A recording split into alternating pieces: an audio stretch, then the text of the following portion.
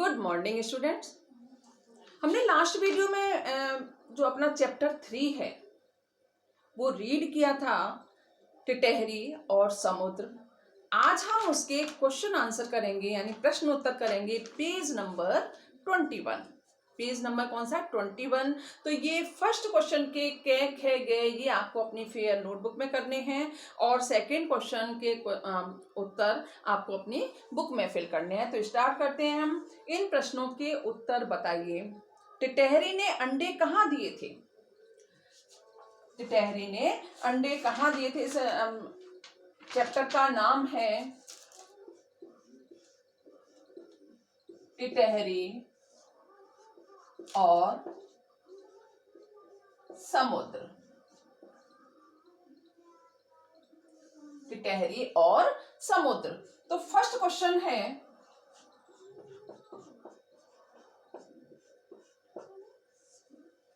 टिटहरी ने अंडे कहाँ दिए थे? टिटहरी ने अंडे कहाँ दिए थे? समुद्र के तट पर। टिटहरी ने अंडे कहाँ दिए थे? समुद्र के तट पर।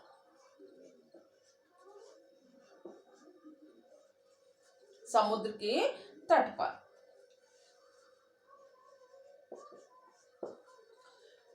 ख है, घमंड में कौन चूर था? घमंड में कौन चूर था? समुद्र। घमंड में कौन चूर था? समुद्र। उसे अपनी ताकत पर बहुत घमंड था, अभिमान था। टिटहरी और समुद्र का संवाद किसने सुना था? जो टिटहरी और समुद्र में संवाद हो रहा था, वार्तालाप, बातें हो रही थी, क्योंकि समुद्र ने टिटहरी के अंडे छुपा लिए थे। टिटहरी उससे बार बार उसके अंडे लेने के लिए प्रार्थना कर रही थी, आग्रह कर रही थी, लेकिन समुद्र नहीं सुन रहा था। तभी उनकी दोनों की बातों को किसने सुना? अगस्त्य मुनि ने सुना था। टिटहरी और समुद्र का संवाद किसने सुना?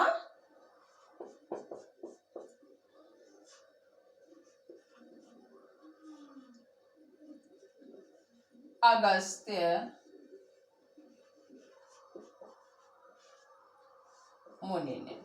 किसने सुना था? अगस्त्य मुनि ने। अब ये 3 क्वेश्चन आंसर हैं, आपको अपनी फेयर नोटबुक में करने हैं। ठीक है। अब जो सेकंड क्वेश्चन है, सेकंड का क्या, ये आपको, इनके आंसर आपको अपनी बुक में ही फिल करने हैं। टिटहरी का जोड़ा कहाँ रहता था? टिटहरी का जोड़ा कहाँ रहता था?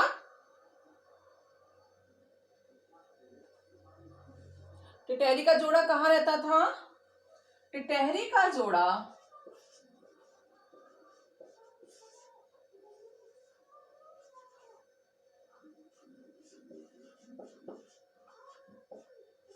टिटहरी का जोड़ा समुद्र के तट पर रहता था। कहाँ रहता था? समुद्र के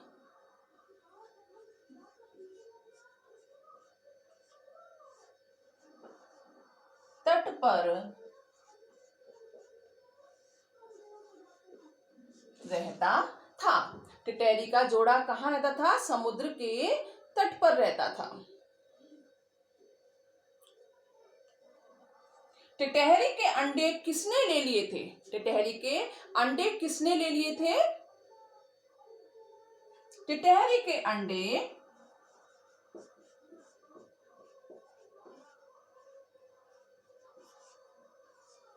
टिटहरी के अंडे किसने ले लिए थे?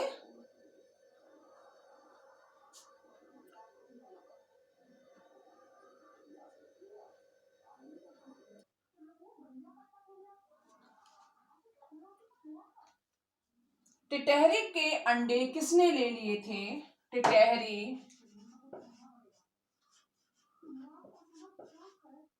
टिटहरी के अंडे समुद्र ने ले लिए थे।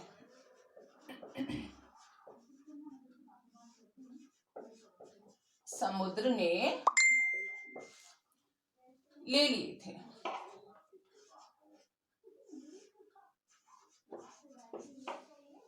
टिटहरी के अंडे किसने ले लिए थे?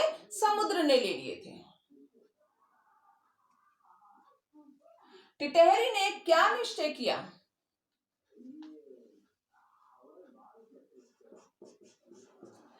जब समुद्र टिटहरी के अंडे नहीं दे रहा था, है ना, उसने सारे प्रयास कर लिए, उसने, है ना, उससे बोल भी दिया कि मुझे मेरे अंडे वापस दो, लेकिन वह नहीं माना। तो उसने क्या सोचा कि उसने क्या प्रण लिया कि अब मैं इस समुद्र को सुखा दूंगी।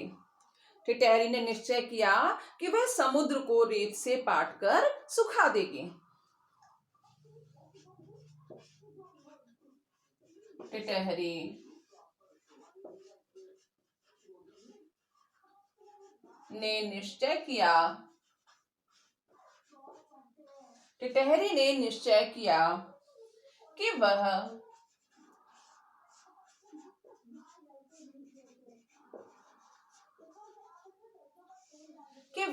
समुद्र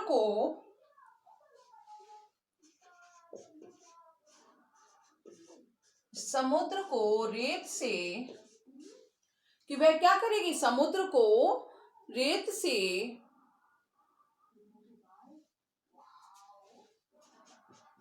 पाट कर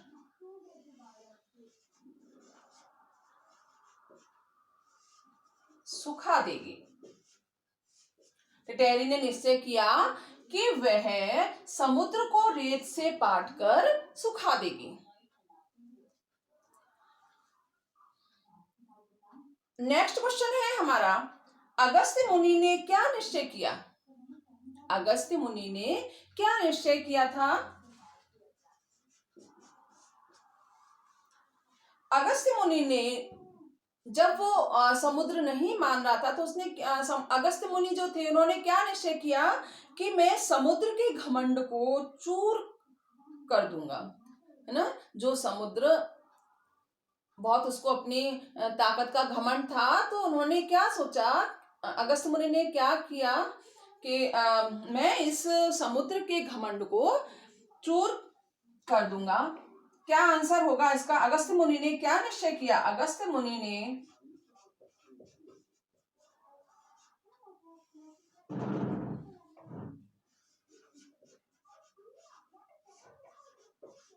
अगस्त्य मुनि ने समुद्र के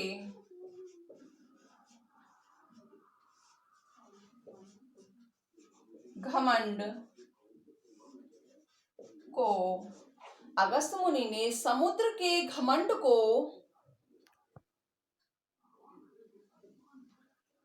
चूर करने का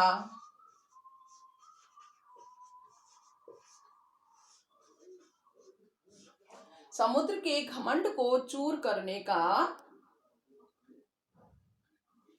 निश्चय किया।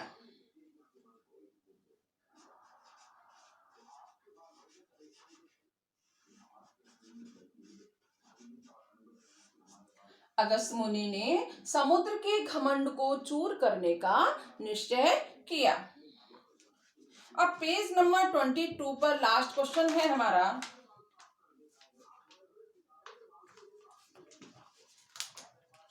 अगस्त्य मुनि ने समुद्र को क्या समझाया? अगस्त्य मुनि ने समुद्र को क्या समझाया? अगस्त्य मुनि ने समझाया था ना कि कभी कमजोर को सताना नहीं चाहिए, हमें अपने बल का जो बेकार में हमें अभिमान नहीं करना चाहिए, अपने बल पर अभिमान नहीं करना चाहिए। उन्होंने क्या समझाया था समुद्र को?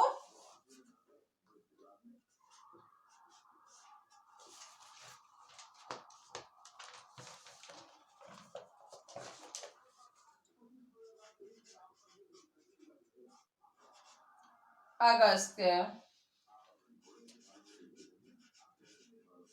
मुनि ने अगस्त्य मुनि ने समुद्र को समझाया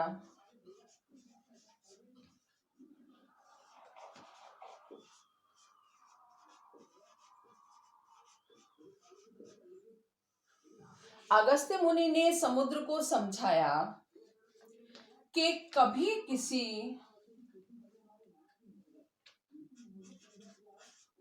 समझाया कि कभी किसी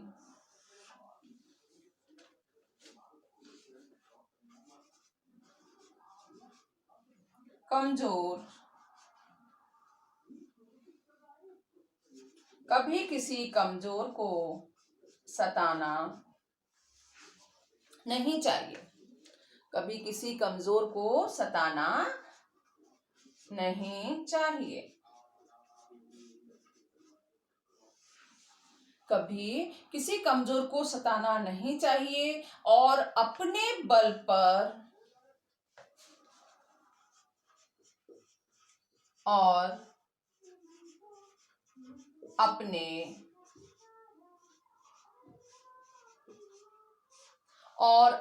बल पर अभिमान नहीं करना चाहिए।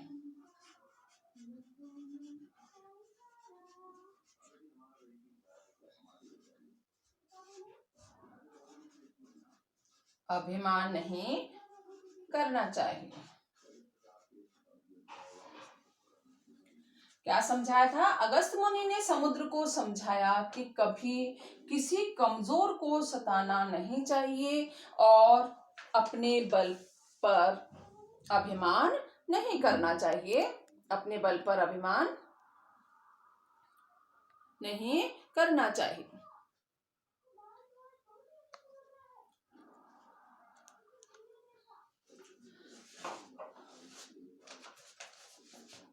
दोबारा से हम पढ़ते हैं अपने जो प्रश्नोत्तर हमने किए हैं। फर्स्ट है, इन प्रश्नों के उत्तर बताइए। टिटहरी ने अंडे कहाँ दिए थे? टिटहरी ने अंडे समुद्र के तट पर दिए। कहाँ दिए थे? समुद्र के तट पर। घमंड में कौन चूर था? घमंड में कौन चूर था? समुद्र। समुद्र को घमंड था अपनी ताकत का। घमंड में कौन चूर था? समुद्र। टिटहरी और समुद्र का संवाद किसने सुना? टिटहरी और समुद्र का संवाद किसने सुना था? अगस्त्य मुनि ने। किसने सुना था? अगस्त्य मुनि ने। ये क्वेश्चन आप अपनी फेयर नोटबुक में करना। ठीक, आप जो सेकंड क्वेश्चन आंसर है बुक में ही फिल करना। टिटहरी का जोड़ा कहाँ रहता था? टिटहरी का जोड़ा कहाँ रहता था? टिटहरी का जोड़ा समुद्र के तट पर रहता था। टिटहरी का जोड़ा कहाँ रहता था? टिटहरी का जोड़ा समुद्र के तट पर रहता था। नेक्स्ट क्वेश्चन है हमारा, टिटहरी